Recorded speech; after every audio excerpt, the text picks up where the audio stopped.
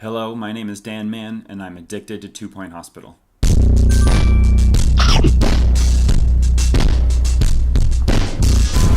Point Hospital is a reboot of the classic MS-DOS game Theme Hospital made by Bullfrog Productions. Theme Hospital was the thematic success for the theme park, also produced by Bullfrog, with a similar style and humor. Theme Hospital was a critical and commercial success, selling over 4 million copies worldwide.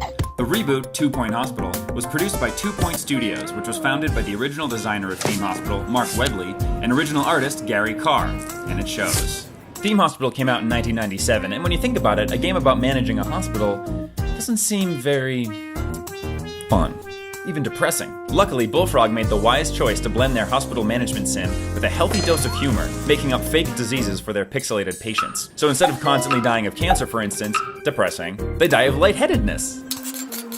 Hilarious. Or instead of a massive stroke, depressing, they'll come down with 8-bitten where they become pixelated and need to go to the resolution lab. Hilarious. And the hilarity doesn't stop there. Periodically you'll get announcements from the PA that range from the helpful to the sarcastic. Unattended bags will be taken home by staff. Patients are reminded that we hope to see you again. And there's also a radio DJ that pops in every so often with truly awful jokes. Luckily, you can turn him off, and I turned him off long ago. But let's get down to brass tacks, the basics. In 2 Point Hospital, you play as a regional hospital administrator. Each hospital has 3 stars you can achieve, and getting 1 out of 3 stars wins the level. To get stars, you have to meet certain criteria. Once you fulfill those needs, you get a star and can move on. Inside the hospital, you build rooms, hire people, and manage. And boy, do you manage. If you like managing, this is the game for you. There are so many things to keep track of. First and foremost, your money. If your money drops below $0, then you can't buy anything new, hire anyone, research anything, or train staff with outside teachers unless you take out a loan. And if you go under negative $300,000, you're fired and have to start over. Your hospital also has a reputation bar. This goes up and down based on how many patients you cure, how long the waits are, what VIPs think of your hospital, and more. The higher your reputation, the more people visit you, and the more money you make. At the first of every month, you have to pay your bills, so it becomes a game of making as much money as possible until the end of the month, then surveying the damage from the bills and salaries you have to pay.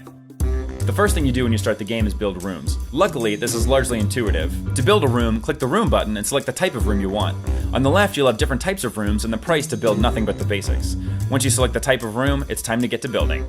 The hospital is divided into squares, and you use the plus or minus button to add or remove blocks of your room. Each room has a maximum size, but you can build out to your heart's content. In addition to the basic items for a room, you can add extra decorative items that increase the room's attractiveness and prestige level, which makes patients and doctors happier. After a short while, upping a room's prestige level turns into a game of how much stuff can I cram into each room.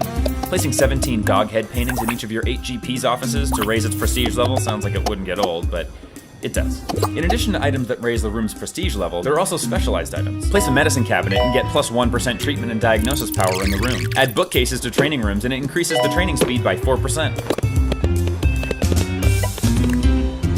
Add a server to any room and it adds 1% to total research speed. On paper, this is a great way to get people to build quirky and creative rooms. And for a while there, I went to town. Something I do like about placing items is that there are definitely a lot of options for how to place stuff. For instance, being able to place something right up against the wall is helpful in crowded rooms. Some rooms are specialized and require a staff member with a special skill. A key part of the game that I didn't get a tutorial on was the room utility menu. There are options to sell the room, close the room, change its priority level. One of the most useful options is a copy button that you can use to copy rooms so you don't have to design 1,000 GP's offices. This was a game changer for me, and I wish they had mentioned it in a tutorial, but they didn't. And my joy to copy rooms are short-lived, because every time you start a new hospital, which is often, you lose your previous room designs and have to start from scratch again. It's annoying. Do I really have to place 15 lightheadedness posters again? And eventually you stop doing it because does Prestige really do anything? If so, is it worth it? And the tracking on items when you want to select them to move them or delete them is awful. I honestly can't figure out what's going on behind the scenes to make it so off base, but it's not the end of the world. And these are mostly nitpicks, but when you're playing a game for 30 hours, these little things start to get to you. I mean, they don't make you stop playing, but they're annoying. So that's how you build rooms, but they go way deeper than that. Rooms have 3 types: diagnosis rooms, treatment rooms, and facility rooms. The first room patients will interact with is a GP's office. A GP is a general practitioner, and you're going to want a lot of these rooms. Patients have to meet with the GP before further diagnosis and treatment, and then, even after going to diagnosis, returning to get the results. So the queues at GP's offices get out of hand fast. It's not uncommon to have 8 or 9 GP's offices all with giant queues, but a GP's office can only diagnose a small number of illnesses. There are a whole host of other diagnostic rooms to build. These are mostly rooms we're all familiar with. General diagnosis, where they take your blood pressure and temperature, cardiology, x-ray rooms, fluid analysis, wards, and then the powerful Megascan, which I think is their version of an MRI. Diagnosis rooms are decidedly less hilarious than the treatment rooms, except for fluid analysis.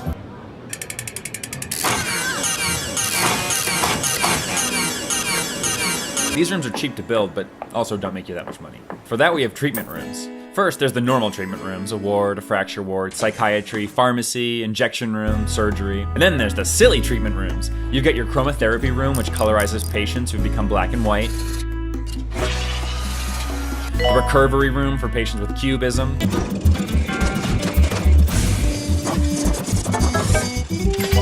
And a PANS lab for people who... These rooms are expensive as fuck, but they are also very good for your bottom line. Finally, there are the facility rooms. These rooms are all pretty normal and absolutely necessary and very easy to forget about. Staff need a staff room or they'll get tired. Everyone needs a bathroom or else... Then there's also the marketing room, but to be completely honest, it's never worked for me. I don't know why, but I was constantly putting in requests for my fracture ward or surgery room, but I never got more patients. For reception, you can either build a single desk or a whole reception counter. I was really excited about building the whole reception counter for some reason. Speaking of placing items, you're going to be doing a whole lot of that in the hallways too. Patients get tired and need benches, have trash and need bins, they want food, drinks, and entertainment, or they're gonna complain a lot. And with all the focus on placing items in rooms, you forget that the hospital halls have to be decorated too. And temperature matters too. In the first hospital, it's temperate, but then you get to cold hospitals that need radiators, then hot hospitals that need air conditioning. And if you forget, which you will, the patients have a nice indicator that they're too hot. Oh, and here's a quick tip. Don't skimp on the fire extinguishers, especially in later levels. I thought that putting a fire extinguisher in a room meant that it would be there forever, but turns out janitors will find the closest one and use it up on a fire. And if you're out of fire extinguishers with no money, you're fucked. And that brings us to the staff. There are 4 types of staff: doctors, nurses, assistants, and janitors. And they each have skills and stats like in an RPG. For instance, a doctor can have plus 20% treatment skill or motivation skill so they move faster. And staff can learn these skills too in the training room. Staff aren't invincible though. They lose energy eventually and need to go on breaks in your staff room. So make sure to hire more staff than you need to cover breaks. And each staff member has a salary that corresponds to how senior they are and how much training they already have. So in the hire screen, you can just go ahead and hire a doctor with a surgery skill and double treatment skill right out of the gate and have a great surgeon. Or start from scratch and hire a student and custom train them. Once you have your specialized doctors and nurses, you can use the job screen to manage which rooms they can go into. If you have a nurse with double treatment skill, then you're going to turn on all the treatment rooms for her and turn off all the diagnosis rooms, and vice versa for someone specialized in diagnosis or x-rays, whatever it is. This screen gets very important in later levels, which was a surprise to me because there wasn't really a tutorial about it. It seemed like just a fun addition that wasn't totally necessary, until later levels where my cure rate was plummeting because the right doctors weren't going to the right rooms. I wish there was a way to automate this, giving us the choice to use the screen or not, because it's the definition of nitty-gritty. And while I like doing it, it would be nice to have the option. Every so often, staff will demand to be trained or demand a raise. These are both settings that can be toggled on and off in the policy screen, which is nice because I found staff demanding to be trained to be particularly annoying to have to click through. Another setting I like to tweak in there is the queue warning length. By default, it only shows queues over 6 people. I like it at 1. That way I know how all my rooms are doing. One gripe with this policy screen though is that for every hospital, it resets. It's a small thing, but having to keep adjusting the slider and toggles for every hospital seems unnecessary. Not everything resets after every hospital though. You accumulate research, new rooms, and illnesses through each level. You also accumulate points that you can use on miscellaneous items, which I totally recommend doing, especially if you're an avid room builder. Now if you happen to get tired of all the hardcore management, 2 Point Hospital has Epidemics, a mini game where you have to identify patients with the disease and vaccinate them before they get out of the hospital. Epidemics are fun. Like, I get it, there are a change of pace for sure, especially if you've been stuck in negative numbers for a while, but I found I stopped paying them any attention.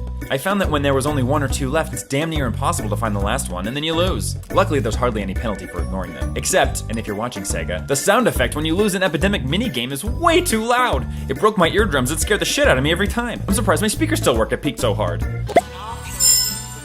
Thankfully, like Pavlov's dog, eventually I learned to turn my speakers down every time an epidemic hit. Another wrench they throw at you are disasters. They happen every so often on regular levels, and all the time on disaster levels. Warning, earthquake imminent. And basically just break a ton of shit. You have to have a lot of janitors, especially in the later disaster levels, to clean up the litter, put out the fires, clean up the magma, and remember, place lots of fire extinguishers. Okay, now that you know the basics, you can see how insane and deep this simulation is. It's so advanced, it's even taxing on my computer. I just upgraded to a 16-core AMD Threadripper processor, and my CPU cooling fan kicks into high gear when I'm playing this game. Playing Doom on ultra settings doesn't even make my computer work this hard. So let's dive into the mind of a patient. The basic simulation goes like this. Patients check in with reception, then wait online for a GP's office. Then the GP sends them into diagnostic rooms until they're satisfied and know what's wrong with the patient and can treat it. So while the patient waits, he's got needs. He gets hungry, thirsty, and bored, and hates if your hospital isn't attractive enough, and wants a bench to sit on while he waits. All very realistic. So after the patient is diagnosed, then he waits for a treatment room, and eventually in later levels, these machines are not very good. Machines and doctors at their basic level suck at treatments. This took me a while to figure out, but once you research upgrades to your machine, I'd recommend you always upgrade them because cure rates can plummet. Also, make sure you assign a doctor with the right training for the job.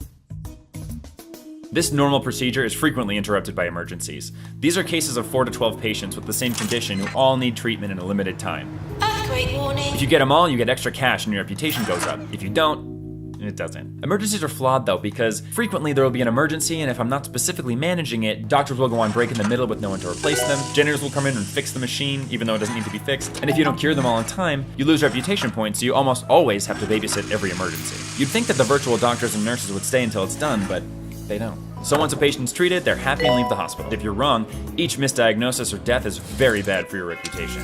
Death is especially bad because most dead people come back as ghosts and scare the living. There's also the end of the year awards, which are mercifully skippable.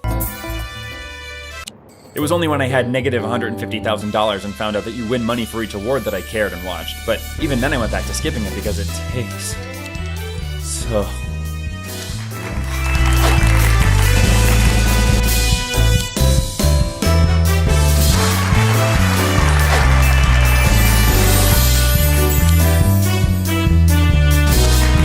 So I'm over here wondering if I'm doing something wrong, or if the game just gets unbelievably hard very quickly. One minute I'm skipping through a field of million-dollar bills, next minute I'm bankrupting hospital after hospital, dead people are piling up, rooms are on fire, and I'm having to start again and again and again and again, which makes the game lose its fun factor, I have to admit. In these later levels, I found myself stuck in the red a lot. You really start to feel what a true hospital administrator must feel. Sure, the patients are important, but in the end, it's a money game. Each patient is a dollar sign, and you want to make sure that they stay with you to be treated, because that's the big payday. But in later levels, I found no one needed treatment. Maybe there was something I was missing, but I would build a ton of diagnostic rooms and no one would need treatment. Or one patient would need treatment and then no one would use the room ever again. So there I go, spending $30,000 to get an $11,000 payday and then the room's never used again. I don't know why that was happening. I tried putting in marketing to promote the room, but it did absolutely nothing to. But then I thought maybe I didn't have advanced enough diagnostic rooms. But there isn't any diagnosis to treatment tree where I could find out what diagnostic rooms lead to which treatments. Another gripe is that there's no room master menu like there is for staff. It's easy for me to see that I have 13 doctors, but there's no list that tells me how many rooms I have that need doctors, and whether or not they're staffed. Unless I missed it, even after playing for 30 hours, but the tutorials were surprisingly light, so I guess it's possible. And maybe it would help to check out the 2 Point Hospital wiki that I literally just discovered to see what I'm doing wrong, but